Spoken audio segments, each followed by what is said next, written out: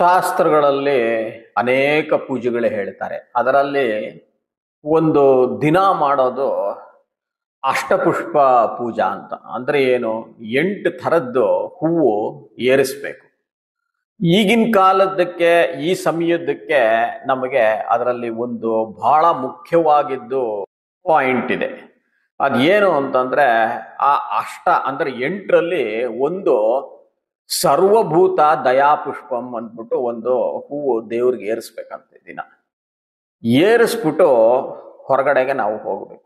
ಏನಿದು ಸರ್ವಭೂತ ದಯಾಪುಷ್ಪಂ ಅಂದ್ರೆ, ಭಗವಂತನೇ ನಾನಿವತ್ತು ಹೊರಗಡೆಗೆ ಹೋಗ್ತಾ ಇದ್ದೀನಿ, ನಾನು ಯಾರನ್ನಾದ್ರೂ ಮನುಷ್ಯರನ್ನಾಗಲಿ ಪಶು ಆಗಲಿ ಪಕ್ಷಿ ಆಗಲಿ ಯಾರಿಗಾದ್ರೂ ಕಷ್ಟವಿದ್ರೆ ಅವ್ರಿಗೆ ದಯಾ ತೋರಿಸಿ ಅವ್ರಿಗೆ ಸಹಾಯ ಮಾಡೋ ಬುದ್ಧಿ ನನಗೆ ಕೊಡಪ್ಪ ಭಗವಂತ ಅಂದ್ಬಿಟ್ಟು ಒಂದು ಪುಷ್ಪ ಏರಿಸಿ ಮನೆಯಿಂದ ಹೊರಗಡೆಗೆ ಹೋಗಬೇಕು.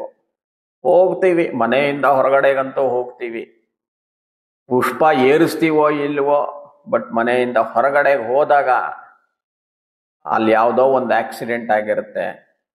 ಯಾರೋ ಒಂದು ಹುಡುಗನೋ ಹುಡುಗಿನೋ ನೋವಿನಿಂದ ಕೈಕಾಲು ಮುರ್ಕೊಂಡು ರಕ್ತ ಸೋರಿಸ್ಕೊಂಡು ಒದ್ದಾಡ್ತಾ ಇರ್ತಾರೆ.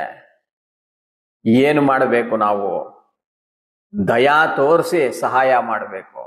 ಅದಕ್ಕೆ ಆ ಪುಷ್ಪ ಏರಿಸಿರೋದು ನಾವು. ಸರ್ವಭೂತ ದಯಾ ಪುಷ್ಪಂ ಅಂತ ಬೆಳಿಗ್ಗೆ ಏರಿಸಿ ಬರಬೇಕು. ಇವಾಗ ನಾವು ಮಾಡ್ತೀವ ಆ ಥರ? ಎಲ್ಲಾದ್ರೂ ಆಕ್ಸಿಡೆಂಟು ವಿಕ್ಟಿಮ್ಸ್ ಆ ಥರ ಬಿದ್ದಿದ್ರೆ ಎಲ್ಲಾರು ಅಂತ ಹೇಳಲ್ಲ, ಎಲ್ಲೋ ಅಲ್ಲಲ್ಲೊಬ್ರು ಸಹಾಯ ಮಾಡ್ತಾರೆ, ಇಲ್ಲ ಅಂತಿಲ್ಲ, ಒಳ್ಳೆ ಜನನು ಇದ್ದಾರೆ. ಆದರೆ 100ಕ್ಕೆ 90 ಜನ ಏನು ಮಾಡ್ತಾರೆ? ಒಂದು ಆಕ್ಸಿಡೆಂಟ್ ಆಗಿದ್ರೆ ಇಮಿಡಿಯೇಟ್ ಆಗಿ ಒಂದು ಚೆಕ್ ಅಂತ ಒಂದು ಮೊಬೈಲ್ ತೆಗಿಯೋದು, ಅದನ್ನ ವಿಡಿಯೋ ಮಾಡ್ಕೊಂಬೋದು, ಅಲ್ಲಿಂದಾನೆ ಇನ್ಸ್ಟಾಗ್ರಾಮು ಟ್ವಿಟರು ಫೇಸ್ಬುಕ್ಕು ವಾಟ್ಸ್ಯಾಪು ಎಲ್ಲ ಕಡೆ ಕಳಿಸೋದು. ಇದು ನಮ್ಮ ಪರಿಸ್ಥಿತಿ.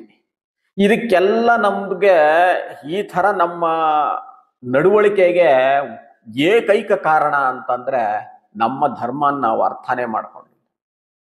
ಮುಸಲ್ಮಾನರು ಅವ್ರ ಧರ್ಮನ ಅರ್ಥ ಮಾಡ್ಕೊಂತಾರೆ, ಕ್ರಿಶ್ಚಿಯನ್ಸು ಅವ್ರ ಧರ್ಮನ ಅರ್ಥ ಮಾಡ್ಕೊಂತಾರೆ, ಅರ್ಥ ಮಾಡ್ಕೊಂಡು ಪಾಲಿಸ್ತಾರೆ.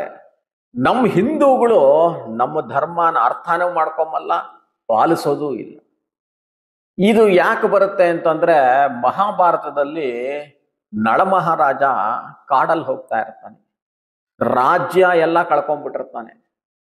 ಕಾಡಲ್ಲಿ ಹೋಗ್ತಾ ಇರೋವಾಗ ಒಂದು ಕಡೆಯಿಂದ ಒಂದು ಸದ್ದು ಬಂದ್ರೆ ಅಲ್ಲಿ ಒಂದು ಕಾರ್ಕೋಟಕ ವಿಷಸರ್ಪ ಬೆಂಕಿಲಿ ಸಿಕ್ಕಾಕೊಂಡು ನರಳುತ್ತಾ ಇರುತ್ತೆ.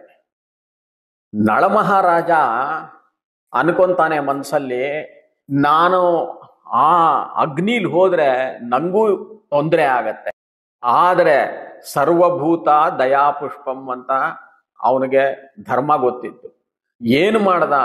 ಅದು ಎಷ್ಟೇ ಕಷ್ಟ ಆಗಲಿ ಅಂತನ್ಬಿಟ್ಟು ಆ ಕಾರ್ಕೋಟಕ ಸರ್ಪನ ಆ ಕಾಡ್ಗಿಚ್ಚಿಂದ ಕರ್ಕೊಂಡು ಬಂದು ರಕ್ಷಣೆ ಮಾಡ್ತಾನೆ.